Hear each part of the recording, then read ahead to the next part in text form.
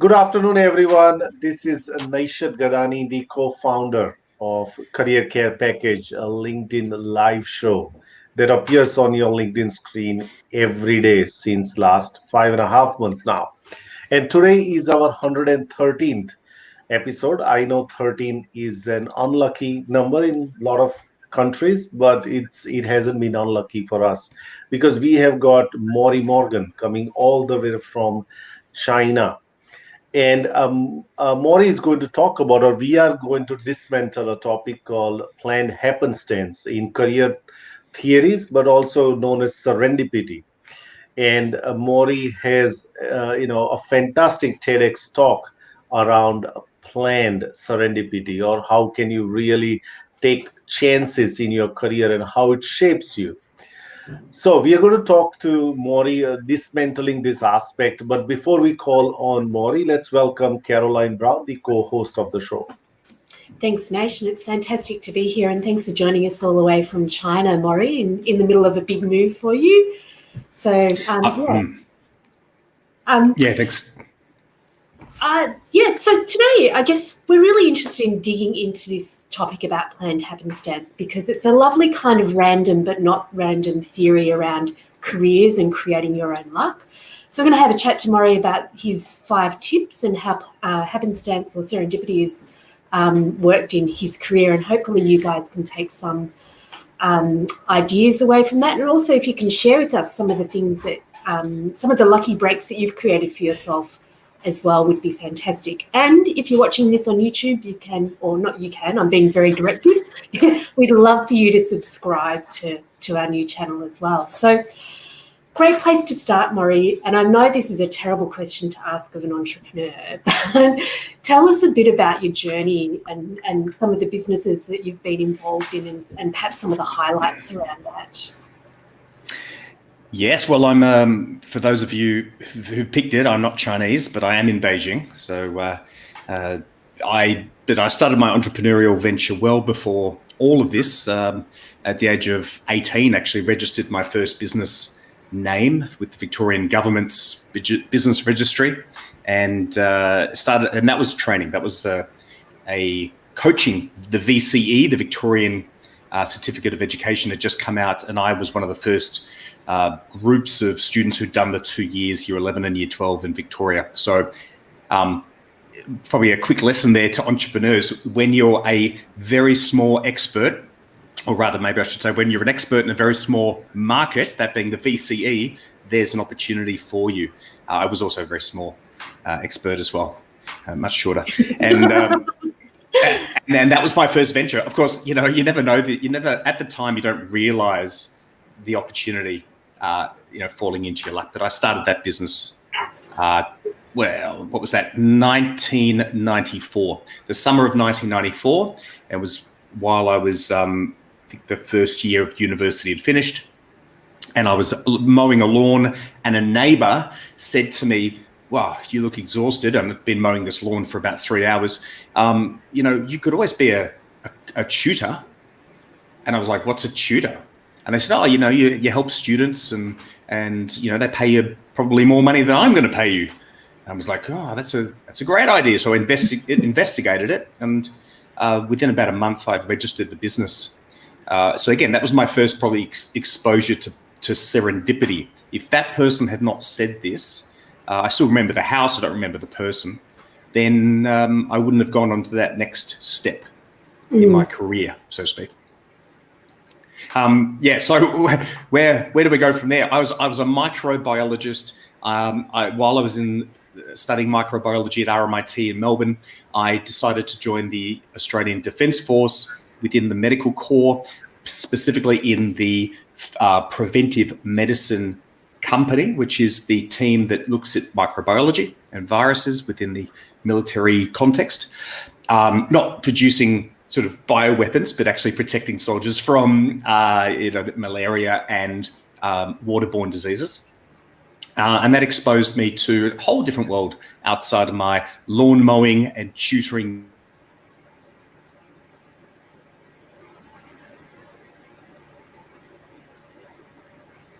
I think I've got a frozen. Let me just check.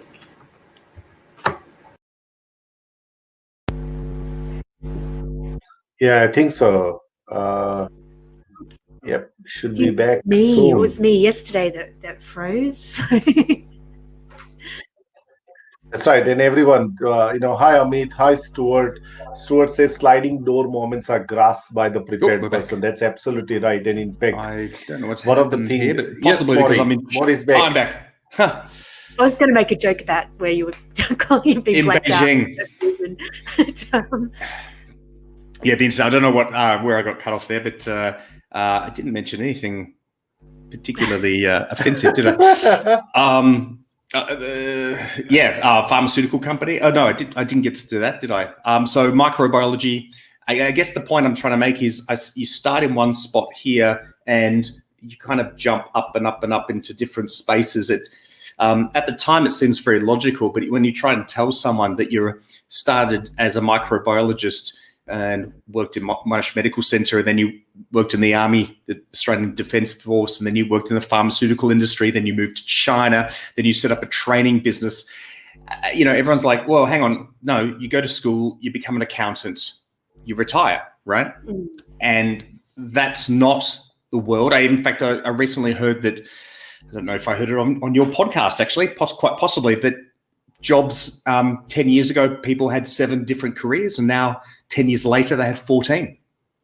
I think I hit 14 by the time I was 30. So the problem with being an entrepreneur, but, because I'd worked in the medical space, I got into the pharmaceutical business. Because I worked in the pharmaceutical business, I was exposed to world-class training. And because I was then in China at a window of Chinese economy growth in the early 2000s, 2001, I was there when the Chinese needed training, and I had the skill set in order to develop a company. So I guess probably another mantra of mine is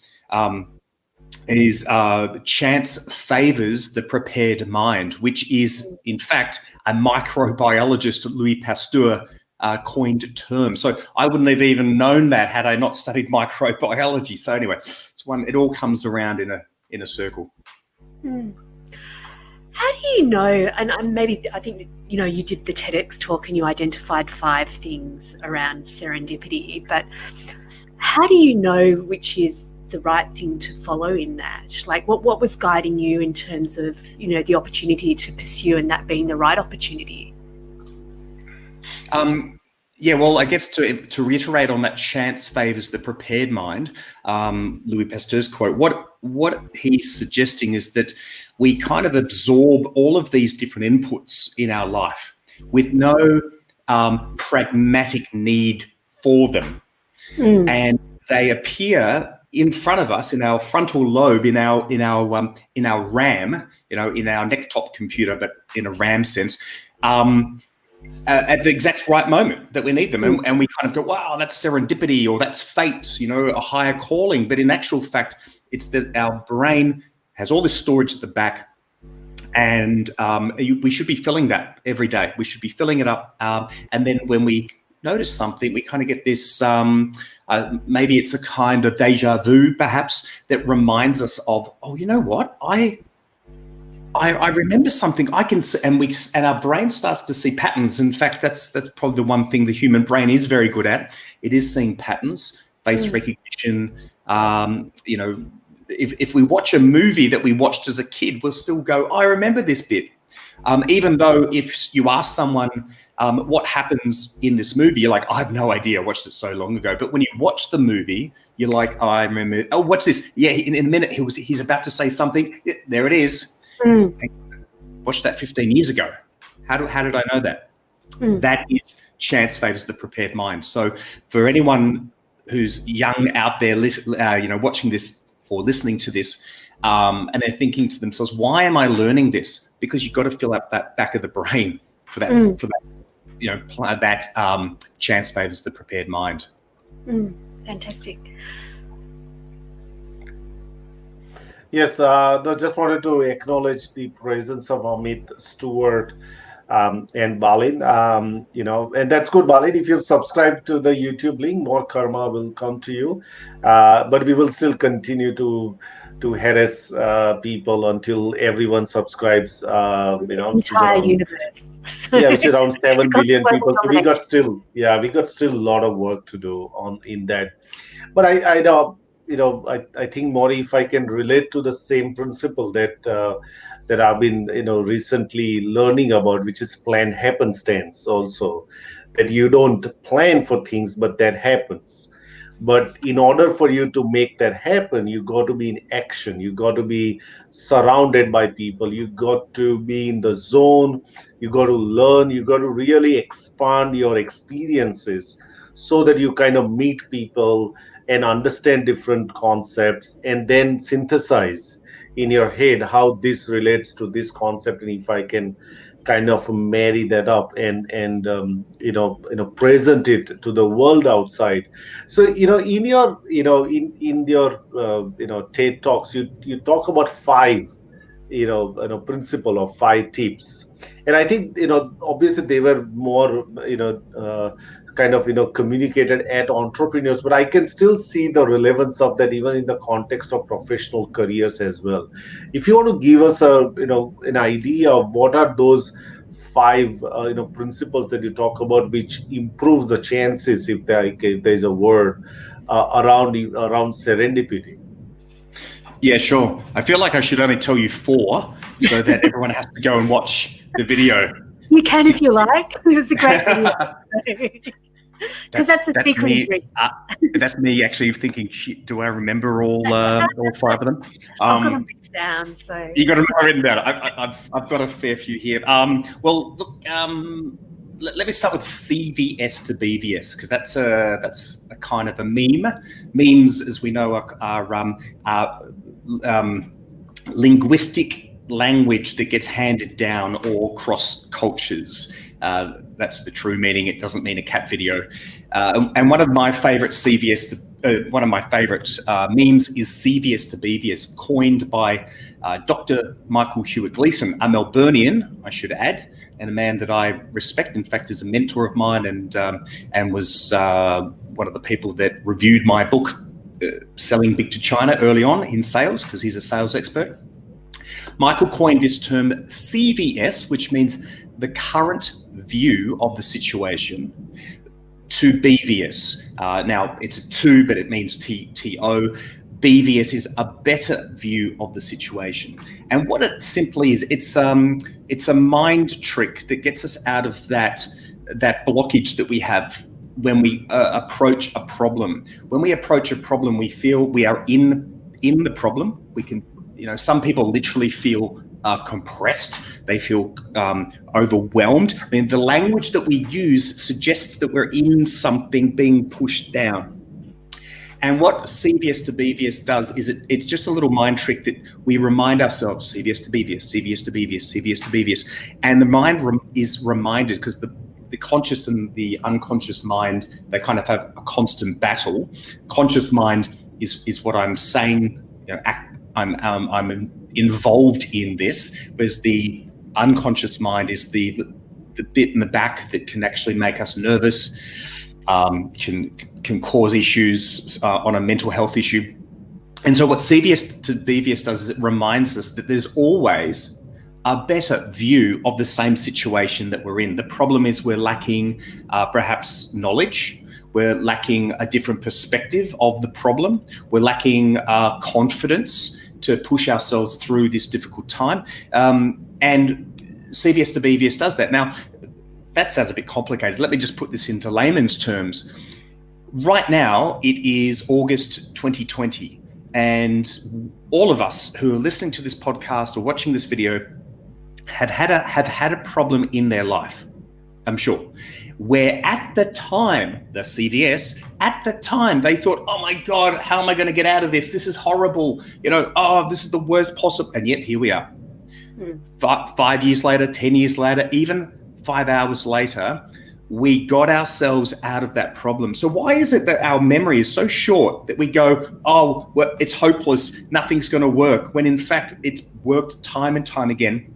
And we look at ourselves and go, why did it work? Again, because we were lacking information, we lacked the support, we didn't have the right perspective, or maybe someone came into our life that we needed to seek out to help us with this particular problem. And I like that one because that's the CVS to BVS got me through the global financial crisis when I ran a business of 86 full-time staff across China with 7 offices across the space. And the global financial crisis meant that we had to cull our staff, sadly, down to around 23, 24 people. So that was 2/3 of our team. And we did so without heartache, without going to court, without legal threats from both parties. Everyone saw the BVS, and we were able to pivot our business, and that was 2008, 2009.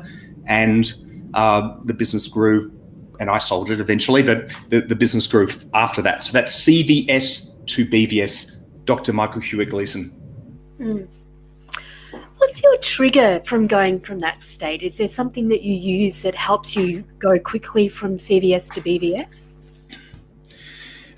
Some would call it optimism. So some people walk into a situation and they go, right, I know I can get out of this, or I know it's tough now, but I'm sure I can do it. And I don't know if that's a particular, going back to my pharmacology, toxicology days of study, whether that's a particular hormone or neuron released. I don't know. Maybe some people have more or less serotonin or dopamine. I particularly am attracted to problem solving. So perhaps to me, the word problem on a conscious and unconscious level triggers a positive response. Whereas like many people, I hate tax and doing taxes and numbers, and even my BAS statements or BA statements, as they should be called, just create that opposite of that dopamine release. And I just put it off and off and off. And eventually I'll do it and I go, well, that wasn't quite as painful as I thought it was. And yet all of that frustration bubbles up around that period of time. So I don't know. I think that's probably the best answer I can give. No, that sounds pretty good. Did you want to ask something, Naish? Because I've got something. No, I think another element that serendipity plays, an element that plays a role is the network, is the people that you meet. And the size of your network, but also the quality of your network as well. Now, you coin a term, unlike, there's something or other. Can you elaborate on that? Because I think there's a lot of lessons, and specifically in this time when people are looking for job, having lost jobs or reduced work hours, I think a lot of people are thinking creatively about networking itself. Yeah. Can you share us some light on that particular aspect? Well, Naish, I assume that was your dog. I'm a cat person. I'm a cat person. So you and I are unlike-minded. So there you go. Good segue. So you're after that unlike-minded people. The natural habit that we all have, particularly if we're a foreigner in a foreign land. So I'm an Australian. I went to Shanghai first, and then a few years later moved to Beijing. I'm naturally drawn to obviously English speakers. That's easier for me. And then Australians. So I have to make it a point, or I have to make it search out of my way to find unlike-minded people. In business in general, and if anyone who's watching this is an international student, I know of one international student by the name of Kaylee, who is now a published author with 100 lunches. And she specifically had this problem because she was only hanging around other people from Hong Kong, just Hong Kong, not people from Shenzhen or Beijing or Singapore, but just Hong Kong. She married a Hong Kong, all her friends were from Hong Kong. And she made a point of meeting people who were unlike-minded, and her whole world has expanded because of that. I'm a bit of a contrarian by nature. So contrarian, Mary, quite contrary, simply means you look for differences. That's. I'm married to a Chinese. I moved overseas. I studied Mandarin. I did a lot of things that a lot of people didn't do at the ages that I decided to choose those things. And I think that's what we should look for. My business partner in my stand-up comedy business, by the name of Ben Horowitz, I mean, firstly, he's an ex-professional boxer. He drives trucks and is involved in the demolition business. I'm pacifist and I build businesses. Some of them have collapsed, but mostly I build them. I mean, he's Horowitz, so he comes from a Jewish background. I come from a Church of England, possibly, not relevant. But we didn't go to the same school. We didn't have the same belief systems, and we didn't. And we're similar age, but that's about the only similarity. But we get on perfectly. His strengths complement my weaknesses, and vice versa. He doesn't like to touch computers, and he's a very funny stand-up comedian, which is important in the business of stand-up comedy. In fact, coincidentally, this is how I met Kaylee. So through the comedy space. Yeah. Yeah, her TED Talk I think she did a TEDx talk as well. It's absolutely I think fantastic. She did, yeah. I nagged her to come on this show and then I didn't follow up, so I need to basically. So yeah, definitely get her on. Yeah, she's great. Yeah. So how do you know that, I guess just digging into that unlike-minded people, like what clicks then that's actually a good person to have in your network or work with in that kind of scenario or work closely with? Yeah, well, it depends on the type of person you are, honestly. Here we go. I'm going to expose some very sensitive information. I used to play Dungeons and Dragons. Oh, no. Yeah. I'm sorry. Actually, that's the end of the conversation. Yeah, sorry. Hello. The one thing that Dungeons and Dragons is, what Dungeons and Dragons back in the what would have been the late 80s and early 90s, before computers took over gaming, it is essentially human resources in a game format. It absolutely is, because you have all these different characters. You've got elves and dwarfs and halflings and humans, male, female, but then you've got these 5 qualities. These 5 qualities are strength, wisdom, intelligence, dexterity, and constitution. And each of them have a scale between 0 or between 1 and 20. I think they have to have at least 1. Doesn't that sound like a psychometric test to you? Doesn't that sound like an MBTI or a DISC or a Hogan or a Harrison? And so when I got into business as a manager of people, all of this sort of gamification came back to me and was like, oh, of course, he's a dwarf. I mean, might be short and have a gruffy beard, but I can see the strengths in his personality, and I can see, and back to Dungeons and Dragons specifically, when you try to attack a dragon, a gold dragon in particular, you don't want 12 mages. Doesn't work, right? You don't want 12 halflings. You don't want 12, elves that can shoot from 150 meters away. Doesn't help you. You need a complementary team. So all those nerds that studied and gamed Dungeons and Dragons in the early days probably work in HR now, but they have an advantage in looking for differences and seeing that as a strength, not a weakness. And unfortunately, possibly due to social media, we are pushed and corralled into groups of people who are like-minded, who, I love camper vans. So all the pictures on my Instagram are of people camping, or I'm into, stand-up comedy. So all of my friends are stand-up comedians. That's a risk. And it doesn't help going back to that CVS to BVS and chance favors the prepared mind. If everyone around you has the same experience and life experience and education and so on, you're all going to have the same answers to the problems. And that's going to be very limited. So it's in your best interest to find unlike-minded people. It is possibly even Darwinism. The best genetics is a pool of multiple DNA, not the same DNA. Absolutely. Excellent. If you've got questions for Morry, please drop it in the LinkedIn Live stream, and we will pick up that question and ask Morry. Morry, if you could, because you have kind of, lived in an uncertain environment, starting a business in a foreign land, in China, and now setting a business here. So, What are your learnings from dealing with uncertainty around this? And and in the context of COVID, I think this question is far more important because we have got people, as I explained previously, people who are really being hurt right now due to employment issues.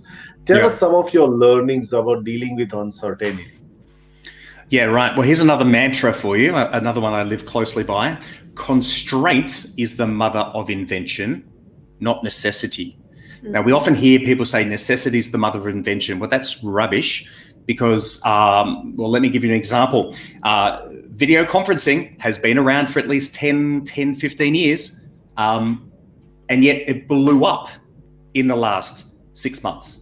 Why did it blow up? Because we as an entire world were constrained from having face-to-face social connection. The technology has existed through Skype, through other platforms. I think, I can't name them all, but the Zoom in particular, Zoom and other platforms here in China have just ballooned because of constraint. It's the constraint that forces us to have ideas. So coming back to your question, Naish, is China offers the perfect opportunity to give yourself constraint as a Westerner, because you come into China, with all these social media platforms like Instagram and Facebook and, YouTube and about 300 websites that you might, like Dropbox, for example, that you might take for granted, Google searching, and then that's just taken away. It's gone, right? So you have to look for opportunities. Now, one of them is a VPN, a virtual private network, which allows you to kind of scale over or under the metaphorical Great Wall of China, Great Firewall of China. But in order for you to even realize that that's a thing, you've just understood what a VPN is for the first time. Why? Because of constraint. So constraint makes you see opportunities where others don't. So in fact, if I ever meet anyone back home in Australia and Melbourne who's done any time in China, I immediately know that they are lateral thinkers, because a straight line in China doesn't exist. Everything is possible, but nothing is easy. That is the golden rule of working in China or living in China. So when you've got a mindset that constraint is the mother of invention, not necessity, you don't get frustrated. You don't, because you can imagine someone arrives expecting to log on to their Google Drive account, quickly check their Gmail, send a quick messages to their grandparents or parents on Facebook. That's gone. So, again, mindset, front of mind. Constraints is the mother of invention, and all of my ideas. I've got a new business venture starting up at the moment. Within the live performance. It's an app, and it was created because of COVID-19. Now, I can't go into too much detail because it will become $1 billion app at one point in time. But essentially, this app wouldn't have come around in my mind, and I wouldn't have seen the dots if COVID-19 hadn't happened. So hopefully in a 2 or 3 year period from now, we can come back and say, yes, I did get the smaller yacht, and that is my island. But thank you, COVID-19. Constraint is the mother of invention. Is it constraint because, like, the difference between constraint and necessity? Like, constraint is where there's a limitation versus necessity is you could take it or leave it or something? What's the difference? I think constraint, if you look at necessity and constraint, necessity requires a level of creativity, right? Whereas constraint, you're forced into something. There's no choice. You're corralled into not having the internet. Whereas no one says, well, I wonder if the internet didn't exist in Australia right now, how would we get around it? Let me build an entire ecosystem around, communications that's not using the internet as we know it. People just don't have the time or the interest, or the market doesn't exist, which drives creativity in the first place. Yeah. Are you optimistic about what's going to emerge from this period? Have you seen some exciting things come out or potentially coming out of it? Plenty of exciting things. I can't say those exciting things are necessarily good. The US seems to be in turmoil. That's exciting, not in a positive way. But if you watch the news, it's nothing boring out of the US at the moment. Well, I think if we put this back into the Australian context, I think that this is a reminder to Australians not to be complacent. When I left China in 2013, I moved back to Melbourne. And, I'd built a business, I'd written a book, I'd done it at that point, 3 TEDx talks. I had a son, I was married. I'd achieved all this. And when I got to Australia and wanted to sort of go, right, this is China, it's new, it's exciting, we can learn, they didn't want to learn. Most businesses were like, again, necessity is the mother of invention. They weren't constrained at that point. Australian economy in 2013 was growing. There was very low unemployment. Why would we need to learn about China? They're buying our iron ore. That's going to go on forever, right? And I was very disappointed with the mindset of Australians. I think for the first time in possibly 60 years, 70 years, World War II, Australians now are faced with not being complacent and having to think outside the square. And when you've been living in a shack your entire life, moving into a 2-bedroom house is amazing. But when you've lived in a 5-bedroom house and moving into a 2-bedroom house, as a lot of Australians it will happen as they downsize, as they sell their house, as they remortgage, it's depressing and it's overwhelming. Yet it's the same consequence, the same result, So I just hope Australians can become more versatile. We used to be called the lucky country back in the 80s, I think. When I was growing up, we have a lot of great thinkers through immigration and also through Australian education systems. We need to tap into that, and as an entrepreneur, we need a lot more support from VC, which is happening. I think since Malcolm Turnbull, in his very short government, was able to put a lot of injection back into the VC market and startups. So back to the point of this conversation, as a person who's out of work at the moment, do consider entrepreneurship as an alternative, because it's probably the best time. Constraint is the mother of invention. Remember that. Yes. Got a few questions, I think. You want to go, Naish?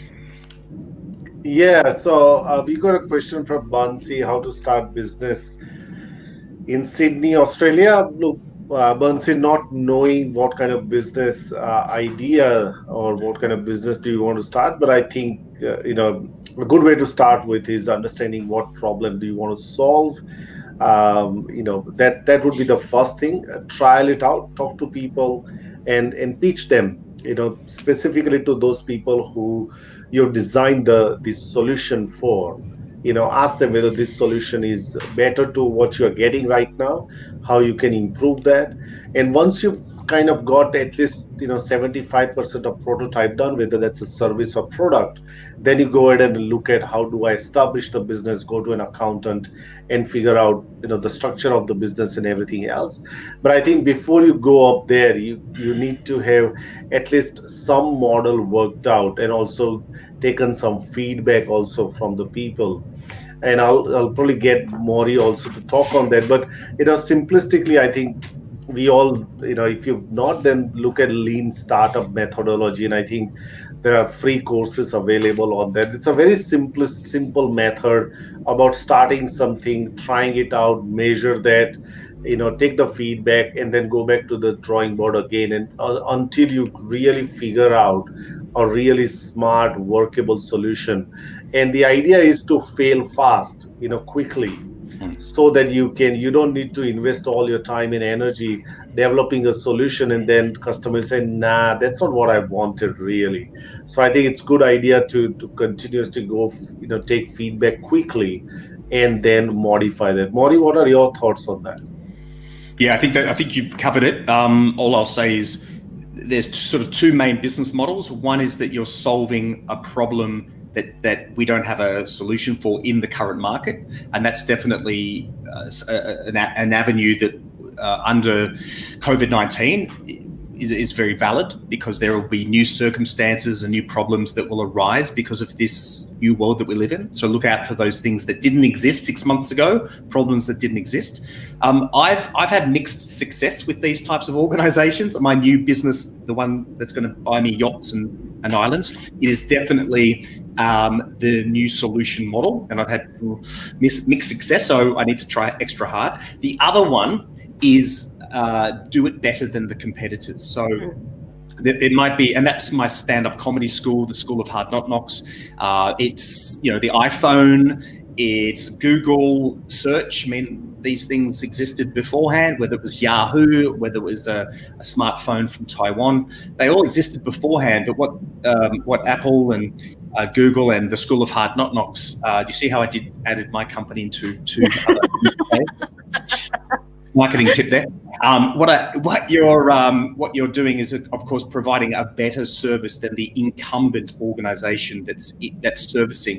And again, don't be afraid. As an entrepreneur and as a young entrepreneur, we often think, oh, I can't compete against the Coles or the Woolworths or the, I don't know, again, the Googles of the world, because they're huge. But huge organisations take time to move and make changes and adapt. And if we don't have big organizations, it's also it's a great opportunity to sell your idea to them in the future. Which I will come back to one little point, just as a policy for the Australian government. We often fear external investment into Australia. We have a bit of a xenophobia when it comes to, say, mostly American sort of big tech companies buying Australian businesses. But just be wary that I believe that's mistake for Australia in the long term. In the short term, it may look bad that an Australian business is selling to an American, say, or a European company. But in the long term, the investors who are Australian now have a ton of money, and with that ton of money, they can filter that into the entrepreneurial ecosystem within Australia. So we do need that injection from outside to help us establish the ecosystem internally as well. Sorry, I just went on a bit of a political rant. Yeah. Becomes a great success story as well. I just wanted to add one other thing to what you guys, it's probably really just building on what you're saying, Morry, is do something better. Like, do something that the competition isn't prepared to do and work out a way to make it happen. And then you've got something that will absolutely stand out in the market. But with your businesses, just going back to that, how do you know what's kind of like your first thing that tells you you've got a good business idea? Like, what's the thing that you take a read on the first? Yeah, well, you can look at business ideas from two angles. One is you would buy the product, or in fact, you have bought the product before, and then you were disappointed with something about the product. So that makes you create a better version of the product. That's one idea, and that's obviously goes back into that you're improving upon an existing business model. So if you would be a customer, then that's a good sign. The second one is do you have a customer in the first place? I built a business, spent $4,000 on a website, far too much to spend on a website, which was about importing art into Australia, but specifically it was art produced by children in Australia on napkins and pieces of ripped paper that was then converted into 2 meter wide hand-painted murals and so on. Anyway, sounds exciting. Didn't work. Business model didn't work. No one bought the product. And I think that going back to Naish's comment about fail fast, have an idea, do your MVP, your minimum viable product, your lean model. Get a customer as soon as you can. And if you don't get a customer, maybe you're too early. Put it on the back burner, wait a little bit longer. Or maybe it's a CVS scenario where you're missing something and your current view of your business model is lacking something. You need a BVS. So go out there, get some perspective from different people, search for an idea. There's solutions outside that. So yeah, to summarize, would you buy it? And do you have a single customer? Those are the two ticks that allow you to move to the next step. Fantastic. All right, Poonam, you got a question, how to overcome the fear before taking the risk in life? I would think practice, give it a go. I don't know. I think I'm probably in the same boat. I have not overcome all the fear. But I think I don't know, Maury. What are your hacks on that? Do you have any hack on how do you really overcome that fear of risk taking? Yeah. Well, I think there's two quotes I like. One is that brave is being afraid and doing it anyway. Is that the exact quote? Sounds pretty cool. The other one that I particularly like is as a leader, a leader of anything, whether it's a leader of a team, a leader of a business, leader of an industry, leader of a movement, you must feel comfortable with feeling uncomfortable. You must feel comfortable with feeling uncomfortable. And again, probably goes back to our human makeup, that when we feel uncomfortable, we move away from that thing that makes us feel uncomfortable. It's a fight or flight scenario. And then when we decide to do something new in business, we will get those doubts, self-doubts, the voices and the physical, feeling, the physiology, the increased blood pressure, the increased heart rate, the sweating. These are all flight scenarios. Or symptoms, or signs, and we have to feel comfortable that these uncomfortable signs are actually part of the journey. And maybe that's all that these people need to hear for the first time. Hey, you know what? That thing that you're feeling right now, that's normal. And that could be enough to break through to the next step in business. It's interesting because I think you have to remind yourself, because I know for myself, when I'm trying to learn something new, I actually find myself physically getting up away from my computer, and I'm like, no, KB, back to the computer. Right. It's absolutely normal. But yeah, it's quite profound.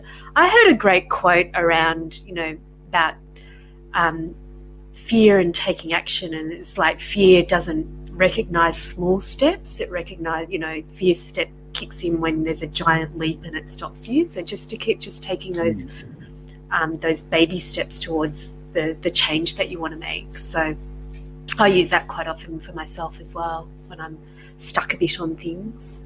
Yeah. Well, if I may, I'll just go back to my 5 years in the Australian Defence Force. The one takeaway, and that is, when you are ambushed, as I'm giving away some military secrets to the Australian Defence Force here, but when the Australian Defence Force soldiers get ambushed, do you know what the immediate thing they must do? They must move forward. They must go forward. And when you learn this in boot camp, and I'm sure this is the rule for all military around the world, the first thing you want to do is turn around and run, right? So when you're walking down a path, whistling Dixie, and someone starts shooting at you, of course it's blanks, the first thing you want to do is get the hell out of there, but you'll be killed because you'll get shot in the back. That is probably a good metaphor for business. When you feel and essentially they have to break that habit out of the soldiers. They just have to keep ambushing them constantly throughout their journey, so that the first thing they do is go down, move forward. And I think use that as a metaphor for business and feeling afraid. Fantastic. Excellent, Maury. Thanks, Poonam. She's saying, thank you, Maury. You are a great inspiration. And Amit is also saying great insights to you, Maury. And thank you very much, Maury, for joining us all the way from Beijing. And we are really looking forward to having you in Melbourne. And yes, You're right, Mitch. Sorry about that. And I do plan. No, what you meant to say. I do plan to join your School of Hard Knocks and give it a go in stand-up comedy. I'm still persuading KB to join, and hopefully by that time I will have enough conviction to join. As you rightly pointed out, when you are ambushed, just move forward, and that's what I'm going to do with KB. But thank you very much. I think it's a fascinating chat, and especially in this uncertain times, the clarity of your thinking really would soothe many people and give them a clear direction. So thank you again. No worries. And to anyone watching this or listening, do reach out to me on LinkedIn and mention that you heard this or saw this via this video, and I'm more than happy to provide any free advice on LinkedIn. Fantastic. So tomorrow we're talking about crappy cover letters, aren't we, Naish, and how not to make them so crappy. So we'll probably do a live review and show you a few good examples. So if you're struggling with a cover letter, and the reason we want to do this is everybody struggles with cover letters, so not to worry. We're going to go through what makes a good one, what makes a bad one, and give you some live advice. So if you want to bring your cover letters along as well, that would be fantastic. If you're watching on YouTube, I'm sorry, Balin, I'm going to say it. Please subscribe. And also, don't forget to follow. Don't forget to follow the hashtag Career Care Package. And I'll leave Excellent. Excellent. Thank you very much. And tomorrow we will be looking at some live examples of the cover letters. And so get ready, get your pen and paper out, because you'll be absolutely amazed by some of the amazing examples that we are going to bring it to you. And until we see you tomorrow, if you are in Victoria, don't forget to put your mask on. If you are anywhere else, just look after yourself and your family members. And we'll do this again tomorrow, 23 hours after. See you later, everyone. Bye for now. Bye, everyone. Bye. So Jan, got my mask.